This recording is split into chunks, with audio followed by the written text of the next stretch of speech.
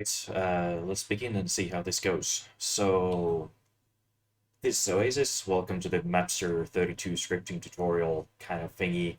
Um, this here is kind of the idea is to go a little bit through the basics of the scripting, and there's a lot of things that are actually missing on the editor. So, my main motivation here is kind of to show a little bit on what you can do and basic functionality to get you like a little bit of ideas on how the thing works and maybe get some inspiration on how these things can speed up your work.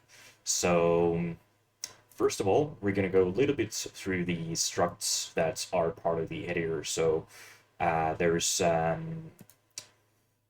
sprites, walls, and sectors. But first, let's start on the Mapster32 wiki. So this is an invaluable resource when it comes to getting some data on how things work.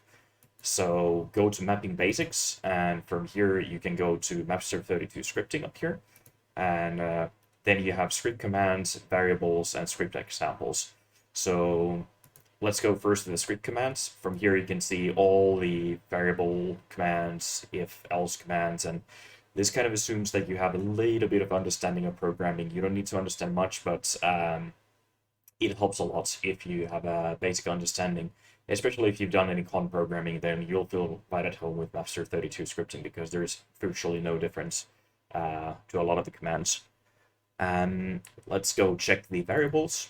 So coming from con commands and everything, there are events where you can actually run your script code as well.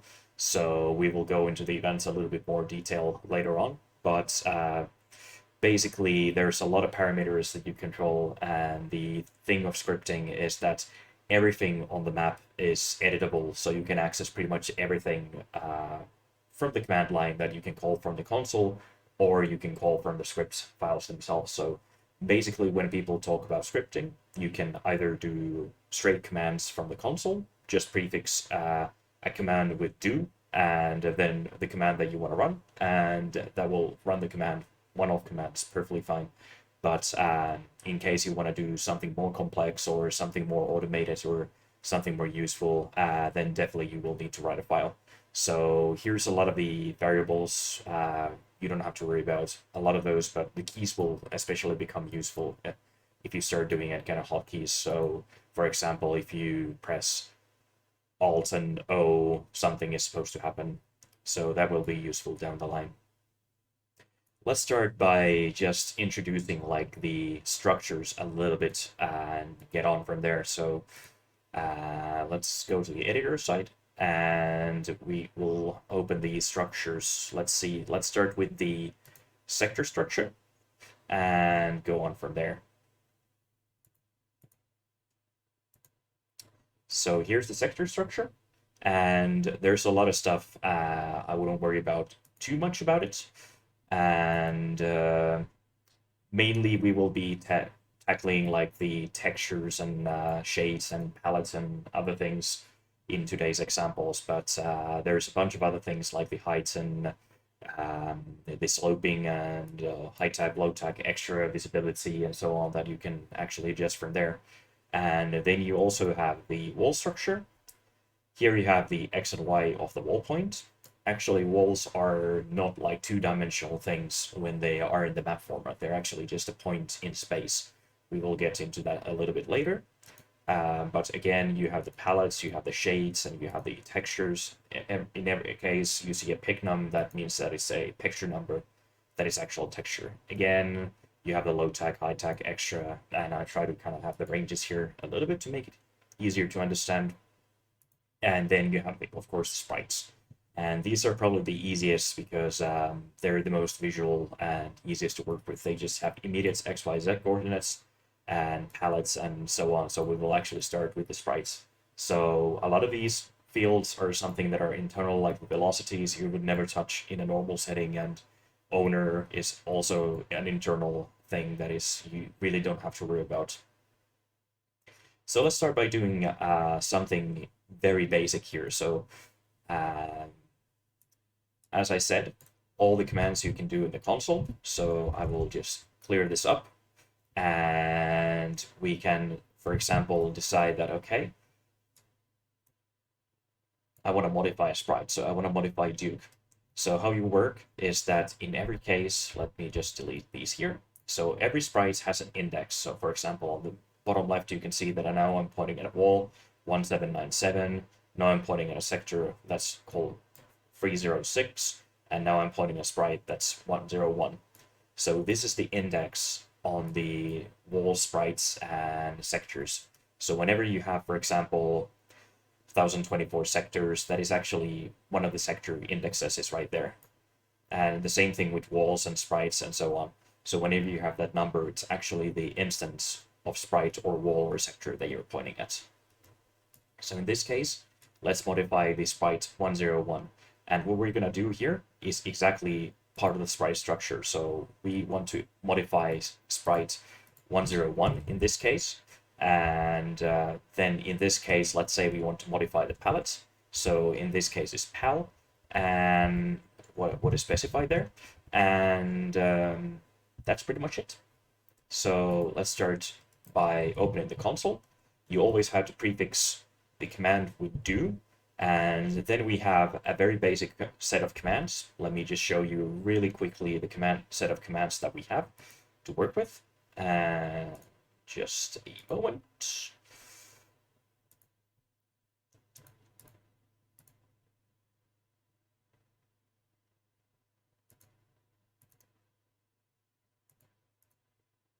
Don't actually have that set up here exactly, so I'll just say.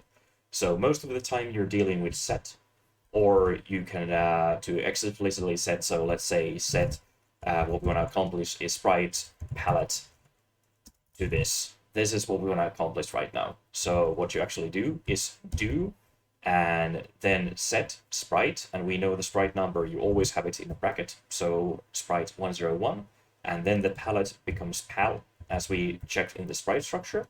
And to this is literally just setting the sprite palette. So let's do 1, which is going to be blue, and there we go. The Duke has turned blue. If we do palette number 2, which is red, Duke is going to be red. And so on and so on, going through the palette listing. Some of these are not really immediately visible, but that's just a very, very basic example on how you can set the palettes for the player. Then you have the option of adding. So if I change the set to add, it's going to keep adding 1 to the palette number. You can see on the bottom left that it's increasing. Now it's 14, 15, 16, 17, 18. And we also have the option to subtract. So just sub, and now we're going down on the palette listing as we start subtracting 1 from the palette. And of course, if I want, the value could be 10, and in this case I can add 10. So now we get palette 11, now we get palette 21, 31, and so on. But at this point we're starting to run out of the palette entries, so you won't really see anything visible. So let's set the palette to be 0 now. And that is basically the very, very basics on how to set something on a sprite. And just very basics on the coordinate system. So you can see that if I start moving the sprite around, you can see that the coordinates are like really crazy, like minus 33,000 and 8,900. And then the Z is like 148,480, which seems like a crazy amount. So just to show a little bit, so in the build engine, you have the X and Y coordinates. So what we're actually dealing with is the origin in the middle, which is going to be 0. And then we have X and Y coordinate. Anything that is on the west side of this line or the north side is going to be negative. And anything that is on the south side or the east side is going to be positive. So in this case, when Duke is basically Duke's X is going to be on the negative side and his Y coordinate is going to be on the positive side. So if you look on here, that should be the case. So the X in this case is negative and Y is positive. And the same thing applies for the Z coordinate. So Z coordinate is a little bit different, but here's kind of like a familiar scene from the game. So this blue line and the red line kind of show the point where you would have like a neutral 0 and anything that's under this 0 point is going to be positive, and anything that's above is going to be negative. So in this case, for example, the ground that you have there, that is actually being pushed down instead of like being the actual ground level itself, where the artist started building the map. So that's just to give you a little bit of idea how the coordinate system works, because it can be a little bit confusing when working the first time, because sometimes you need to add to make the sprite move up, or remove when the sprite goes up, or so on. So for example, if I have the sprite here, I can do and I have to subtract and sprite 101, and let's do x. If I do 1, you can see that the sprite is moving by a tiny amount. But if we want to do more, we have to do like 16 or 128, and you can see that the sprite is starting to move. And if we do adding, you can see that the sprite is starting to move a little bit to the right.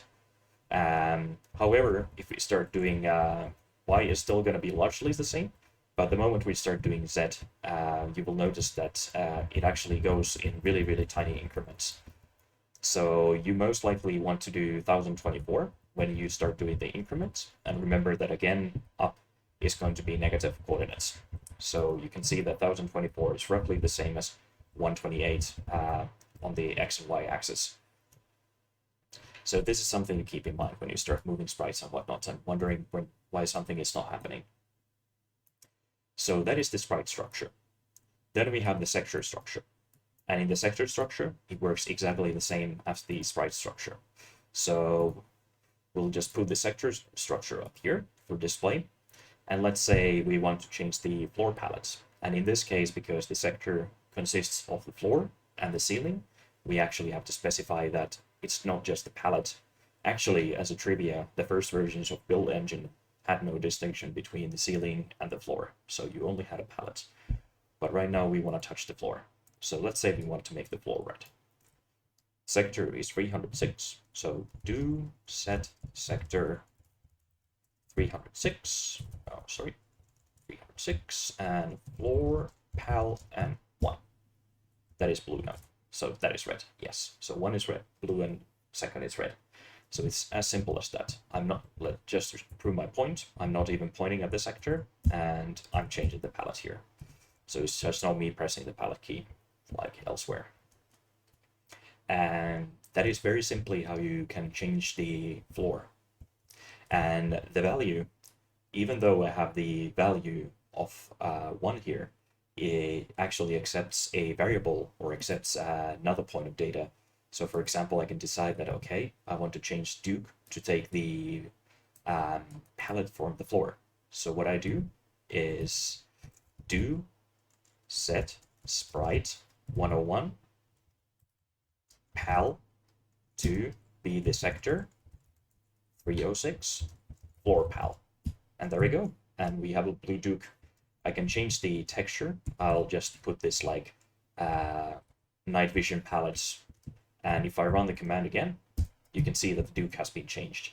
So it simply runs the command just like that. So this is kind of like how you can kind of start making a little bit of connection about the possibilities you can do with the editor itself, because right now we can start having hierarchy or have things affect each other, and we can start having a little bit of game rules to our maps in case we want to, for example, have any ceilings that have, for example, parallax sky. We can force them to be a certain height or a certain shade or a certain palette or whatever we want to do.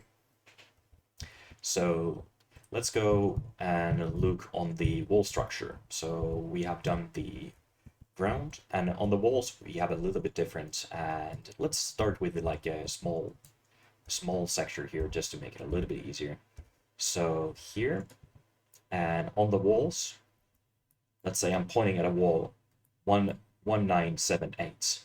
So what is the difference between walls is that it actually goes clockwise. So the wall we were actually pointing at is this wall point here. As I said, the walls are always just points in space. They never are like the two-dimensional things that we think about. We think about wall as a wall here, but the actual wall only has information about the point here.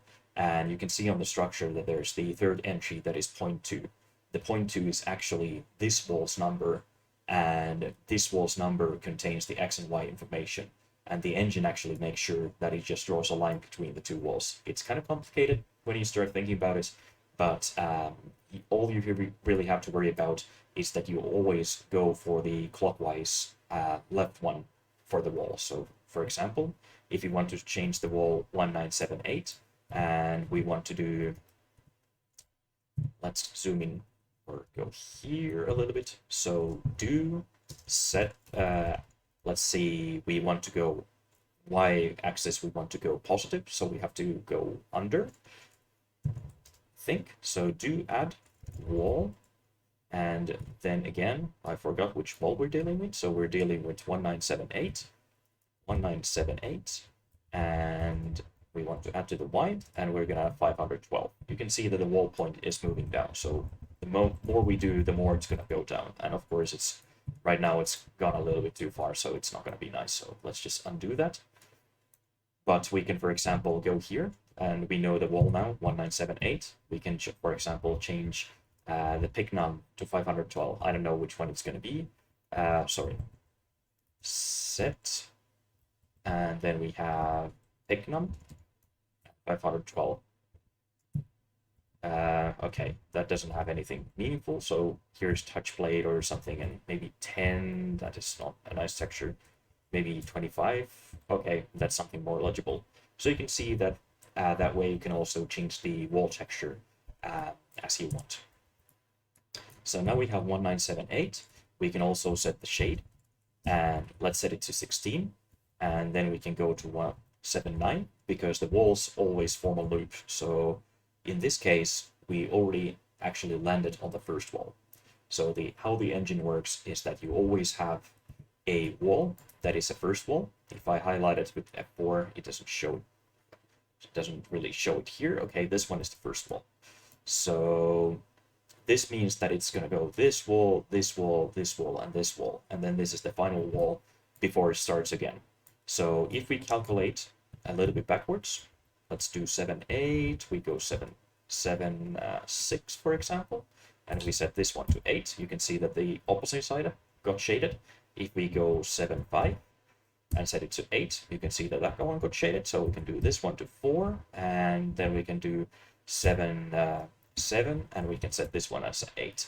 So you can see that we have directional shading done with just the scripts alone. While that is not very practical on a larger scale, you can always start automating these once you start like having certain things set up there. So for right now, let's not worry about it too much. Just something to keep in mind. So next thing I want to go through is the iterators.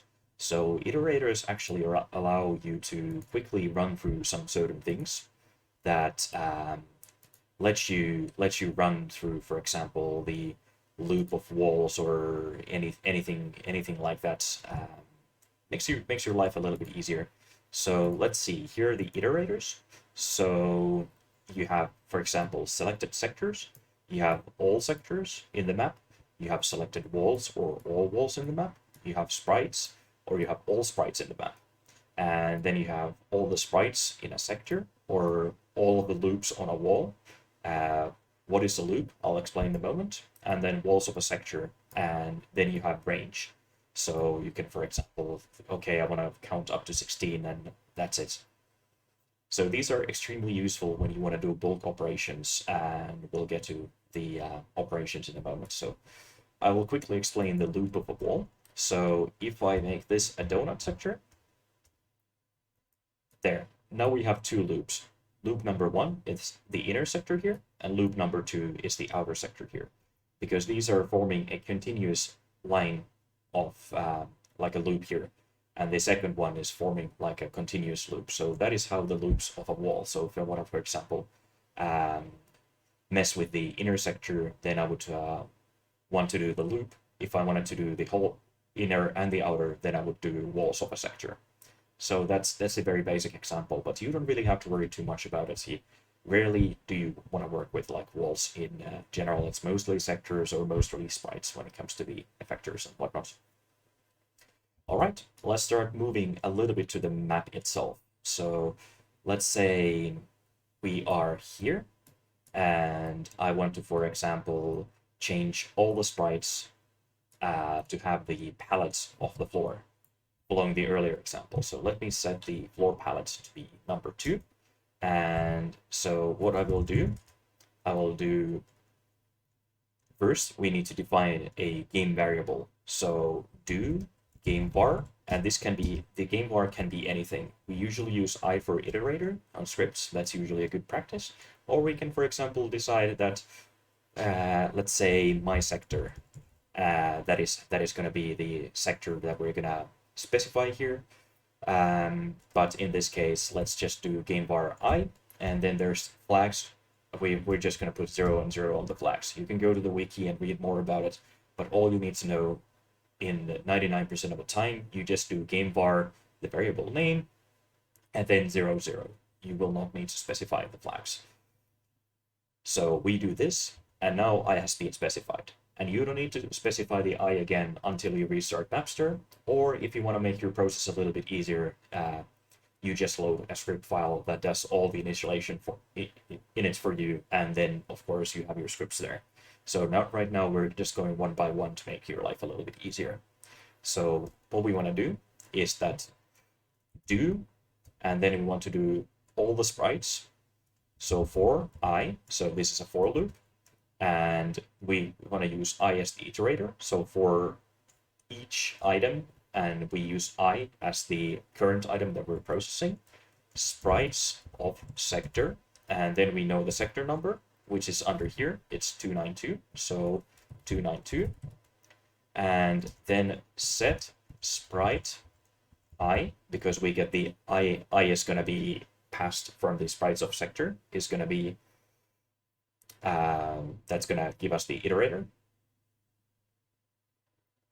And let me just double check. I always forget. So sprites of,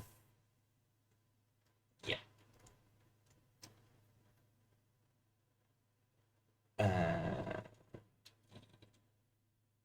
Yes, this should work. So press sector and sprite pal, and we can set this one, for example, to be 1. So all the sprites now belonging to the sector 292 have been set to pal1. I mean, I didn't even need to make this one red, but I can, for example, make this one red. And we can, for example, do sector 292.pal. Floor pal. There we go. So, for example, this way you can decide to do something like that. Normally, in this case, you wouldn't really want to do this, but it's just an example on how to go through all the sprites belonging to a sector. So, for example, if you have things on water or something like that, and you want to put them on the ground level, or I can, for example, decide that, hey, I want all the sprites belonging to, let's say, this sector to be at the ground level. So sprites of sector 305, 305, set sprite I, set to sector 305, floor Z. So now all the sprites that we're floating are at the ground level. So this is like one way to force everything that you want to do. Let's say you want to do any kind of checkups or anything. And typically, for example, parallax sailing, you can see that it's kind of like this, but in many times in user maps, when you start mapping for long enough, you start noticing that the skies might be a little bit offset, and you build and so on. So we can, for example, decide, okay, anything that has a sky texture, we can put there. So we'll go to if else in a moment, and we'll go through what we can do there. But we can, for example, decide that all the sprites in the map, so do for I all sprites, set sprite I pal 1, and now all the sprites in the map have a palette of 1.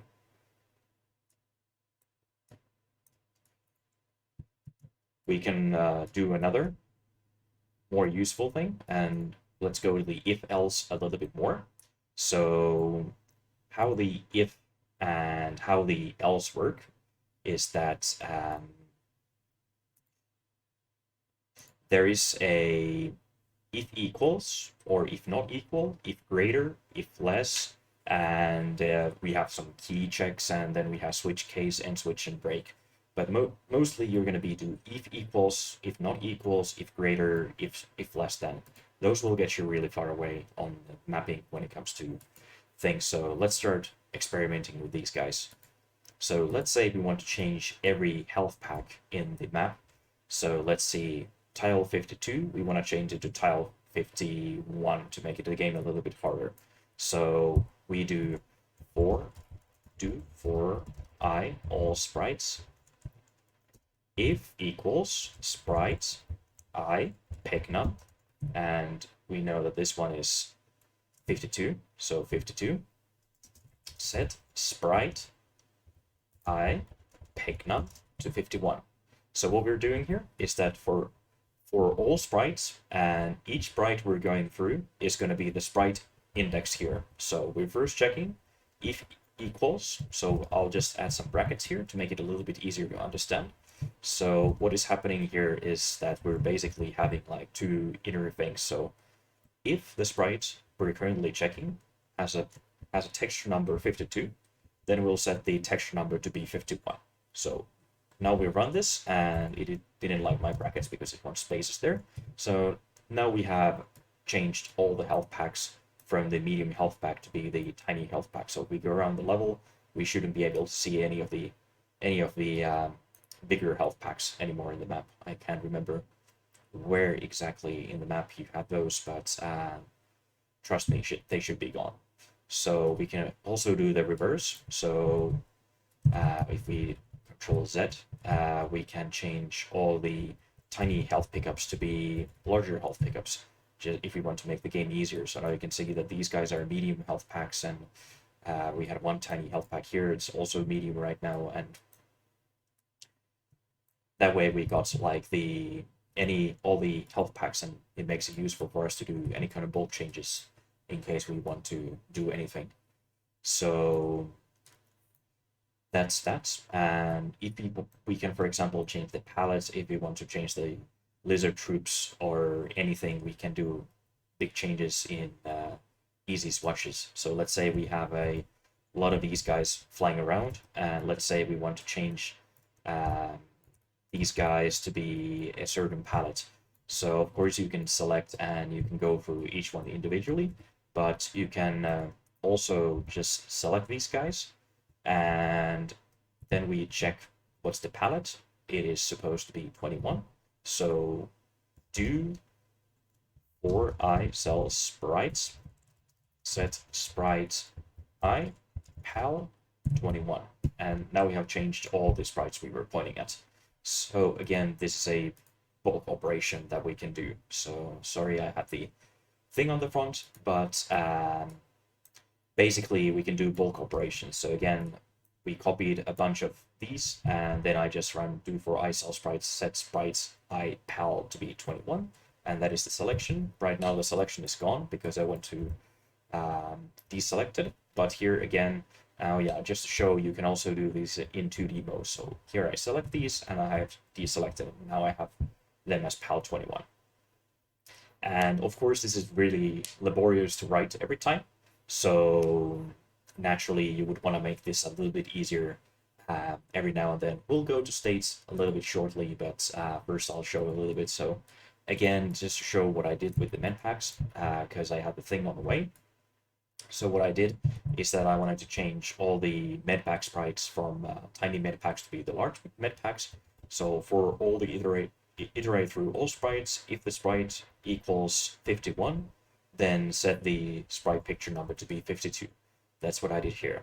So I do that, and now all the tiny medpacks in the map have been changed to the 6-packs or the larger medpacks. As simple as that. Of course, it's a little bit tedious to write every time, so let's get a little bit to the states and let's write our first script file, actual script file. So let's get the editor up.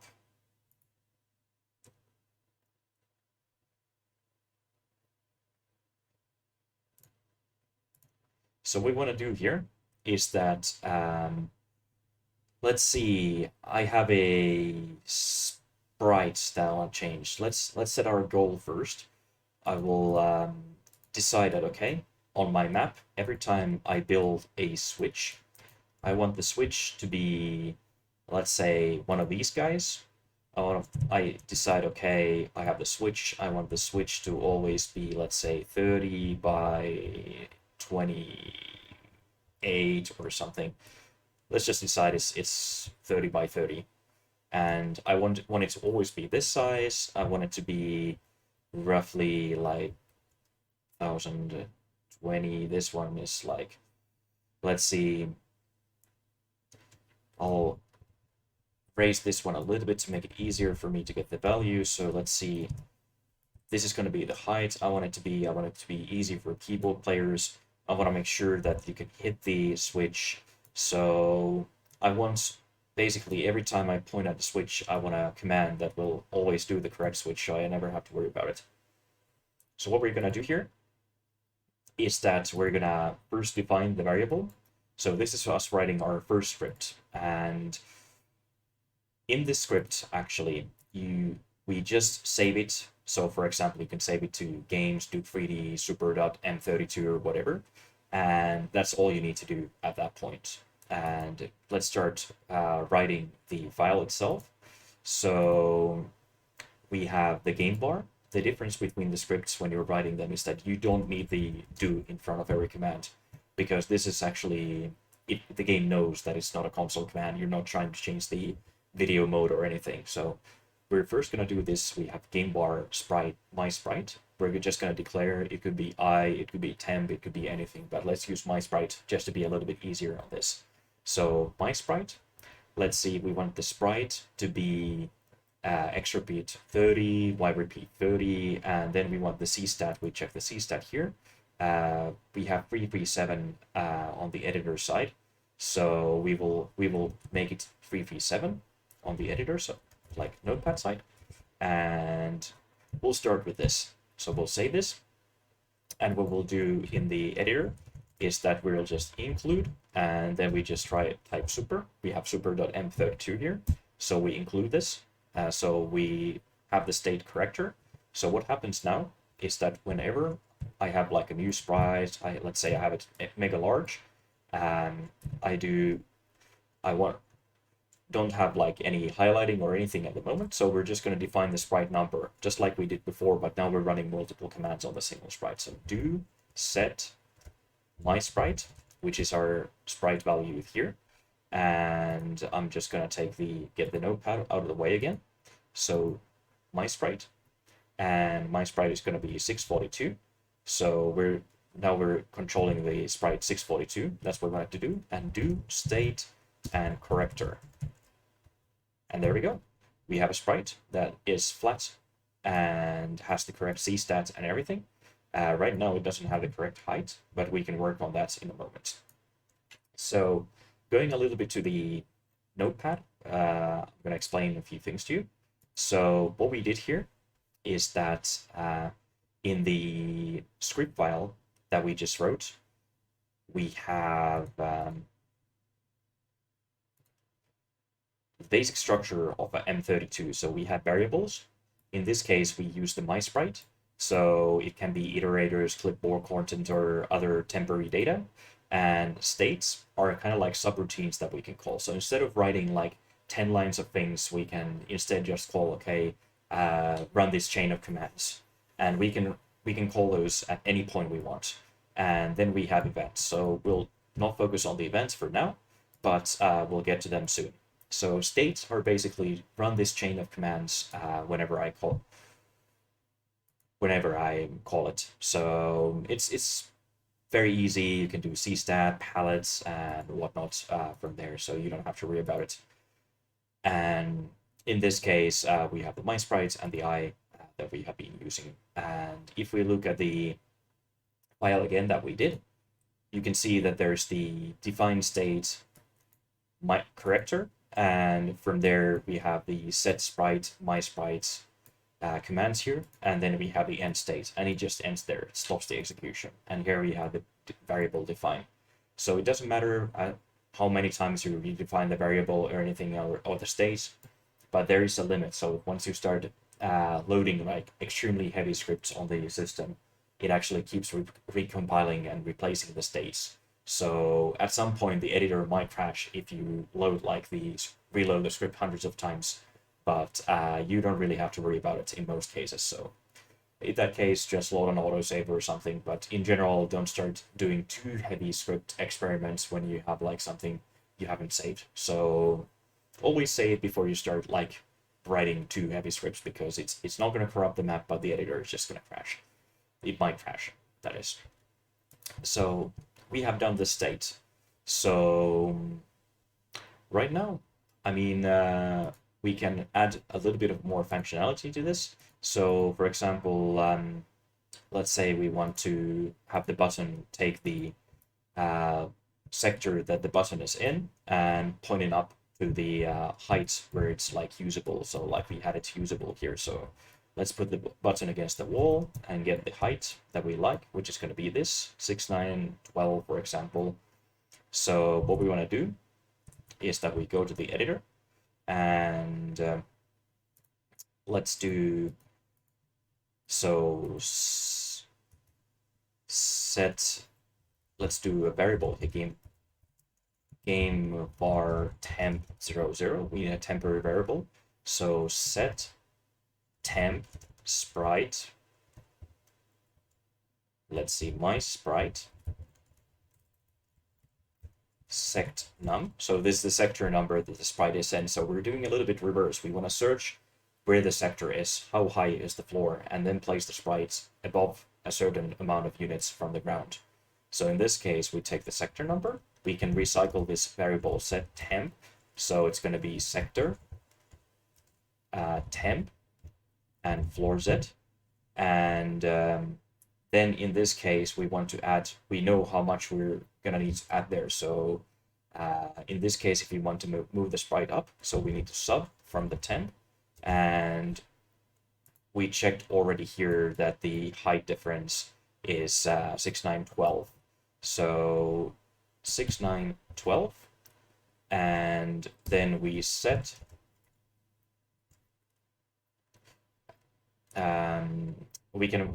actually, yeah. So we set the floor set there. We can actually do this. We don't even need temp. So, but we're going to use it here. So set sprite, and we have my sprite. We can do the set. We can set it to sector temp floor z.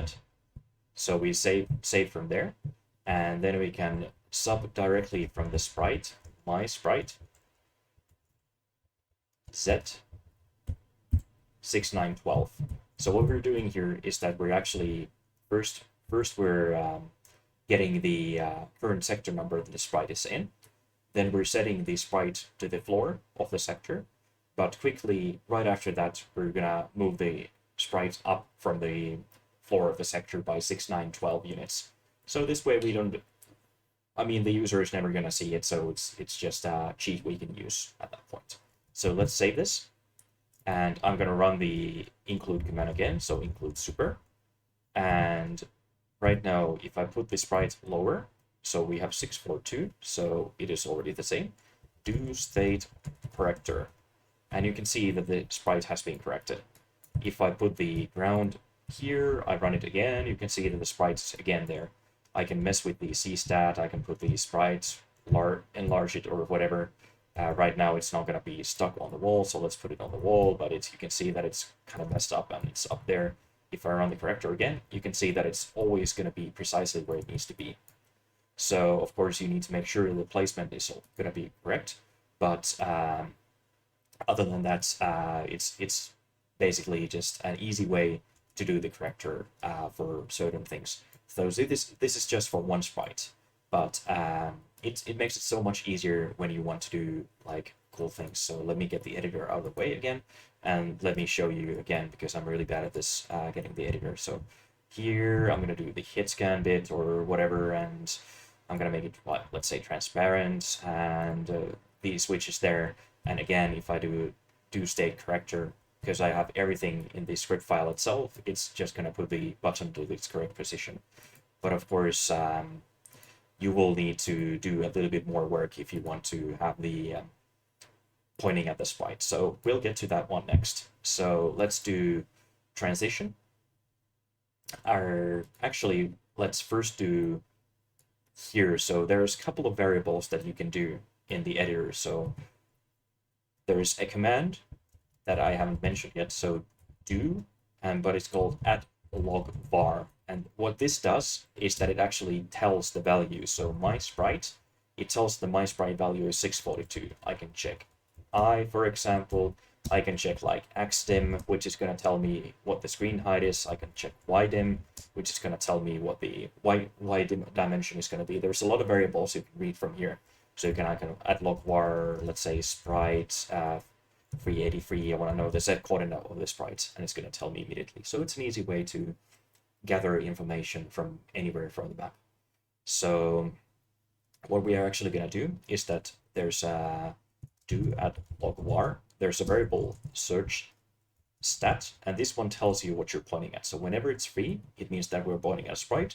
If you're pointing at a wall, it's going to be 0. If I'm pointing at a sector, it's going to be 2. Very simple. If I point at the ceiling of the sector, you can see that it's 1. So it's always going to tell me which one I'm pointing at. And this is kind of like a internal build function. So in this case, if I want to point at a sprite, we can start chaining these commands together. So for example, we can determine, okay, if we're pointing at a sprite, we can do certain actions, right? So for example, we don't have to run certain commands if we're pointing at a wall.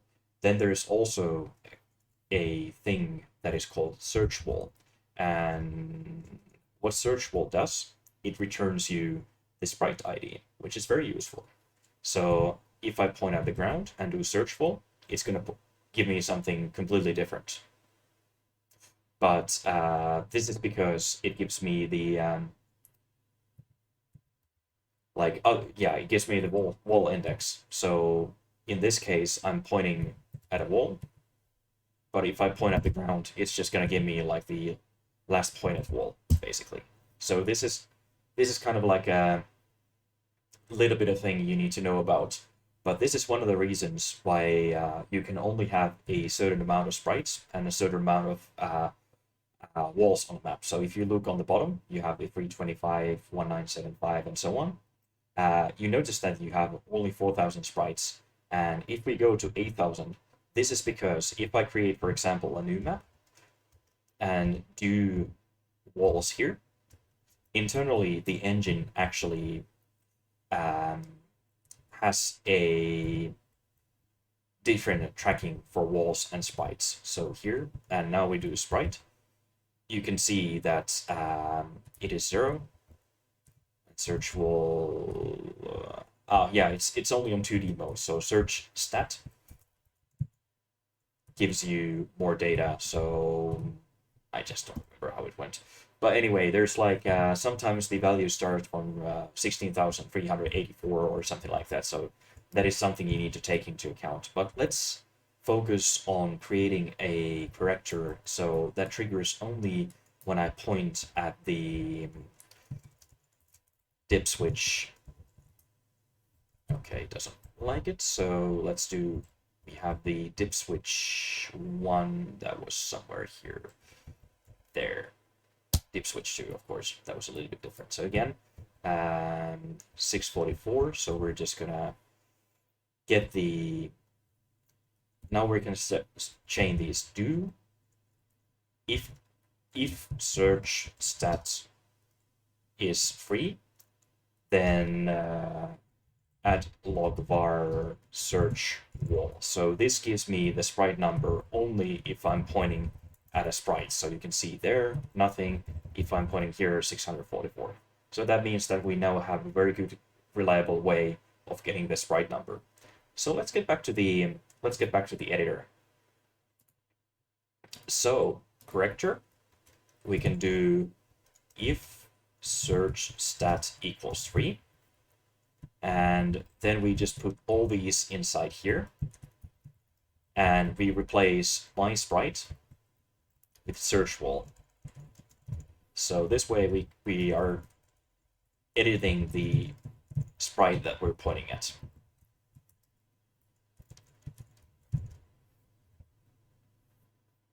There is usually a way that this gets done a little bit easier. So usually people store this to a variable called age, for example, and use that as a highlighted sprite or highlighted object.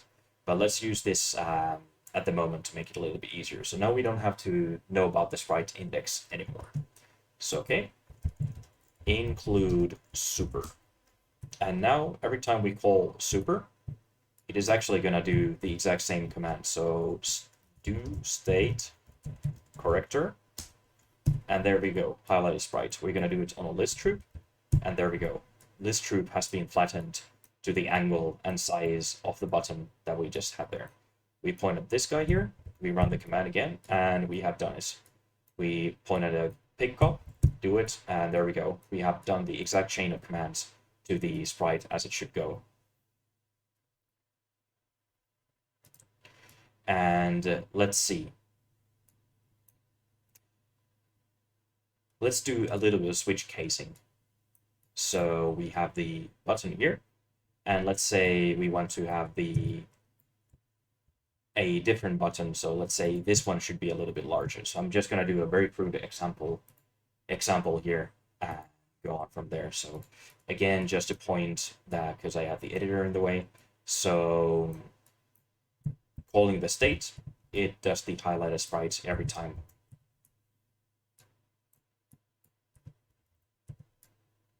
And it runs the chain of commands I have specified in the notepad. So we have two different buttons. Let's do a switch case.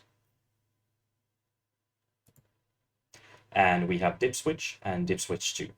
So let's do if search set free is, then we do switch sprite search wall pick num. They should work, I think. So let's see, we have this and case dip switch, and then we have a case that is dip switch 2, and you always have to have a break at the end, or otherwise it's going to continue execution needlessly. So let's copy this. The other sprite, let's make it 10 and 10, and just to make it more obvious, and set sprite search wall pal. Let's make it blue, so it's gonna be clear. So there, and switch. And now we have done a case dip switch undefined. Okay, so we're just gonna go with the pick num. So 162 and 164. So 162 and 164. And let's test this now. All right. Do state corrector. Nothing happens. We go here and we do the corrector, and you can see that it's being set to 30 and 30. We do this dip switch now, and you can see that the PAL is blue and it's being set like that. So it's working. And next we're gonna go to the events. So events are a way to actually make these a little bit more useful. So let's say we have event pre-keys 3D on event pre-keys 3D.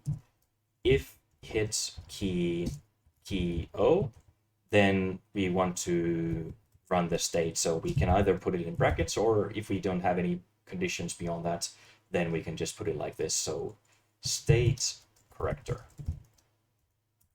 and end event. That should be enough.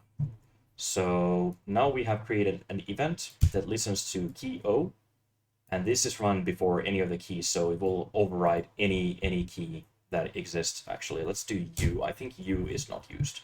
So let's do it like that. And let's test this inside the editor. include super. So now when I press U, it will automatically correct the sprite. So if I do like this, I press U, it will correct. I do like this, I press U, it will correct. Let's say list troop 1725. Let's do a condition for that. So let's see, I want to do case pick num is 1725, set sprite search wall pal. Let's do 7. So every time now I do a thing to list troop with that specific let's see, what did I miss? Oh yeah, break. Forgot the break there. And there we go. And now if I press U, it will set the palette there because the pick num is for all the flame list troops. It won't do anything to this guy, but it will do to these guys because they have been set in the switch condition. So now we have a very, very basic functionality in terms of like changing the pick num for the flying list troops or whatever. And let's say flying list troop here, we can change it to the PAL just with the press of a key. And you can always chain these and have these happen as much as you want. So now we have a simple function added to a simple switch case and bound to a key.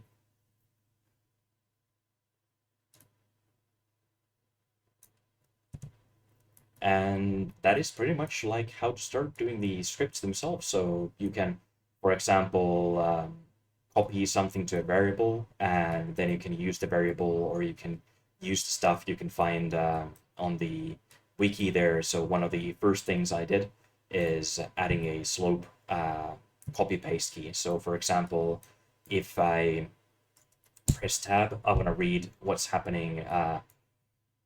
Like I want to have the thing on the clipboard, like the slope on the clipboard.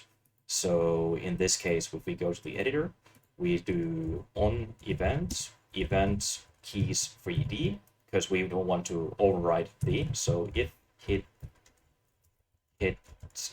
key tab set temp, then we can do let's see, sector tab. We actually have to do if equals search stats. Let's say we're just gonna do the search stats, yeah. So do add log or search stat just to make sure. Okay, ground is 2. And wall is 0. Great. So search set 2. Set temp sector, and in this case search sector, and this was high num is going to be the slope, and then we can have it there, and we have if hit key u instead of the corrector. We're just going to have something else here. We're going to have if search stats 2 set sector search sector high num temp. So we're literally just getting the key on the tab and then adding it there. So let's see, this should work. Include super and floor high num. Because we're dealing with the floor here. There we go. And this should load. Yeah. So what should happen now is that every time I press tab, it will copy the sloping to clipboard. And then you can paste it. But right now, of course, it's not really taking it. So key tab, let me just quickly verify what I had.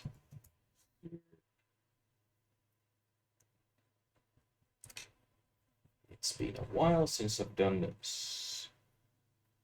Okay, so what I should do, actually, we don't need this, so key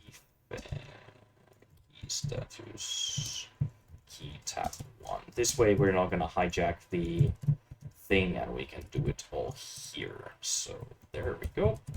And that should do it. We can remove this event completely, and that should work.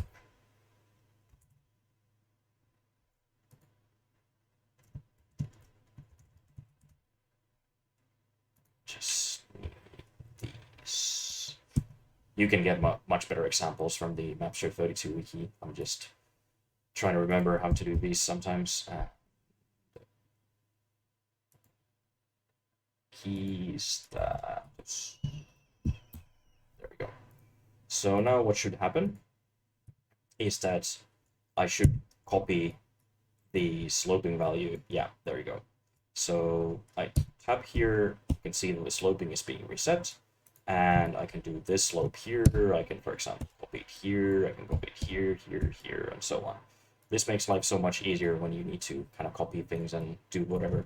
So for example, right now, what I just enabled myself to do is doing this very basic kind of diamond shape structure. And we can, for example, do like this, point here, and this is something that normally is quite tedious to accomplish. But now we can just copy this, add it here, here, here, and now we have a light sourced dent on the ground very easily just by copying it. And this was all done by simply executing this bit of code here. So a slope copy paste thing, of course, this only works against the floors, but you can do the same for ceiling. And again, I highly urge to take a look on the structs. So for example, in this case, what we did is that we did the floor hynum that we adjusted. We just copied it to clipboard, and then we pasted it to the sector that we wanted to paste it to. So I would say that at this point, this is all I have to say at the moment. Happy scripting.